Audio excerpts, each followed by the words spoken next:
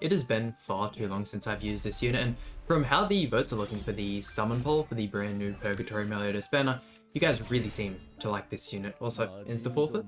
But I'm hoping in today's video, using the obscene power of the Fairy King and Harlequin, along with ESCANOR, we can go ahead and climb out of Masters and back into Champion, because I forget who it was I was showcasing, but let's just say it didn't go too well, and then we ended up a couple ranks lower than we'd like to be. But let's go for this one here, get our King Shield up, and then focus on the ESCANOR. Always checking who I want to go for turn 1 in case of the Tamiya Holy Relic.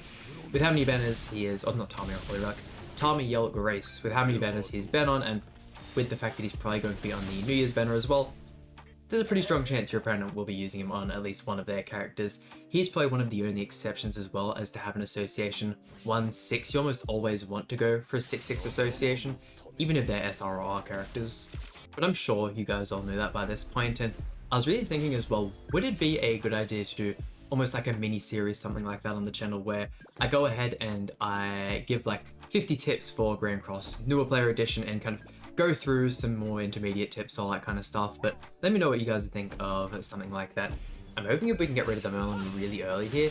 I know the Feeler can definitely cause a lot of trouble, but removing her passive from the field is such a big thing, and I mean, or just removing the entire enemy team from the field also works really, really well. Really good way to start off a match, if I do say so myself. And although this Festival King is great, as you're seeing right now, I feel like he's been on so many banners at the point where voting for some of the other characters like the Festival Merlin, the newer one, or even going ahead and voting for Deanne or Margaret. I know there's been a huge thing whether or not you should vote for Margaret or whether you should vote for the Festival Deanne, the one here. I still think there was a very strong kind of argument for this Deanne being the second best unit in the game. ESCANOR 100% takes the cake for number 1, there's no doubt in anyone's mind about that, but I can completely understand in a PvP sense and in heaps, and I mean heaps of PvE content, giving Deanne the second best option and saying that she's better than Trader Melee, because once she fully builds up that passive, she can easily turn matches back by herself, and although her ultimate does require just a little bit more work when it comes to actually dealing damage, you usually need around the 4 or 5 or 6 level for it to actually go ahead and wipe teams. She's been on a couple banners, and I don't know, still her main thing is the stance. Her with Tamiya Grace is absolutely broken, and Grace is going to end up killing his ESCANOR trying to get as much damage. The Final Flame, when you're, or the AoE when you're in your Final Flame, is ridiculously powerful, and we can't stop getting forfeits apparently. And our first Ladurcil team we're coming up against, still managing to out-CC. I still feel like I could be just a little bit higher with this team. I know I am running 2 units on attack crit, but I still feel like, who knows, maybe you need to be full HP defense to get those 370 or 380 CC teams. Let's quickly check, make sure he's not using Tamiel. Sariel, that's perfect. 1, 2, and 3. I really wish they had given us the option for ESCANOR on the Purgatory Meliodas banner, but I mean, you can still summon for him at this point on Global, so it's understandable them not going ahead and making that decision.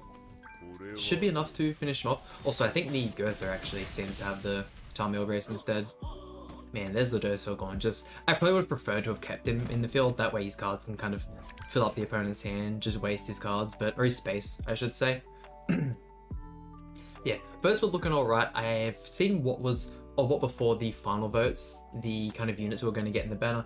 I'm really surprised to see that the Red Thona was really, really low. I thought she'd be number 1 or 2. A lot of people voting for the Mono Red team, or not the Mono Red team, the Ragnarok team, which, yeah, as well, really, really surprised me, because it's a team that has definitely fallen off when it comes to meta relevance. Only real way I can see people using the Red Brunhild, and don't get me wrong, she is extremely effective in this, is gold farming and free stage farming.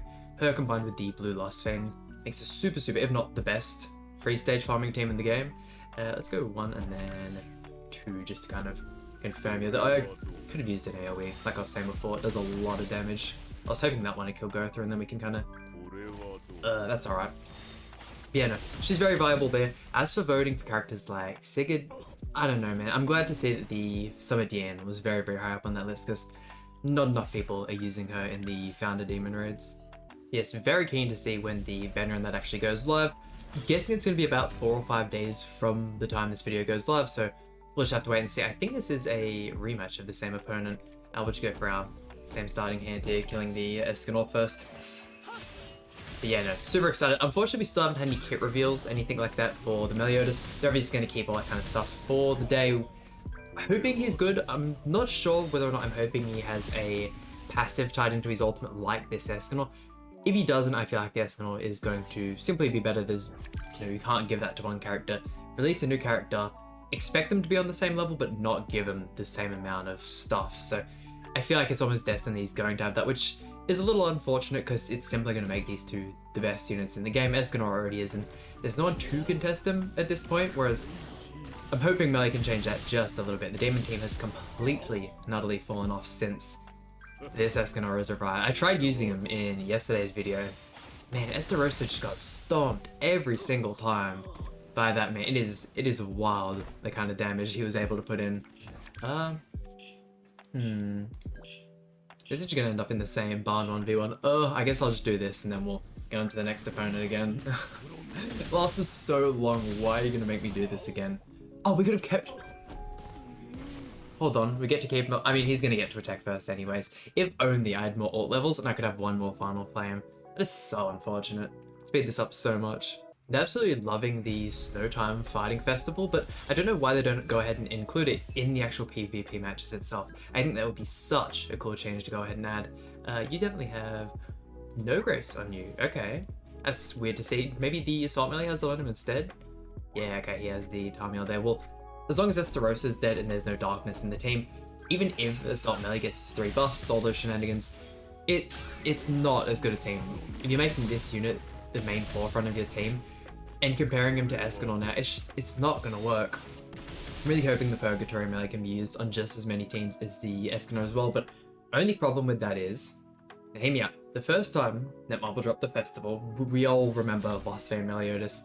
He was by far the best unit in the game. His passive made him completely and utterly broken. There was not much you could really do, so they decided to add a unit, also known as Goddess Liz. Everyone hates her, one of the biggest mistakes in Grand Cross, and not only did she do a really good job at countering the Lost Fame Meliodas, but she also worked perfectly with Lost Fame Meliodas. So in the turns where you didn't have your ultimate, all that kind of stuff, you could get attacked, you go ahead, you put up your reflect.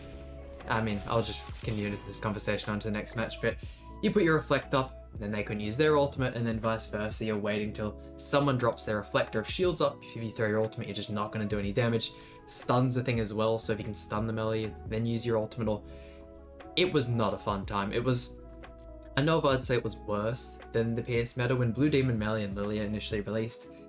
You simply lost turn 1s to teams with him and Hauser. It was shockingly hard to deal with, so building a PS set was kind of a must, but also wasting your melee set on PS rolls. At the time, not everyone had multiple sets for all of their characters, so I started up just running the attack crit set that I was, well, I think back then it was attack defense, and then I went ahead and made the 2 sets for each one, but still thinking of making extra sets for the extra Meliodas, just so I don't have to go ahead and change gear rolls all the time, because it can get a little bit annoying. And I simply have UR gear sets for pretty much the majority of the characters.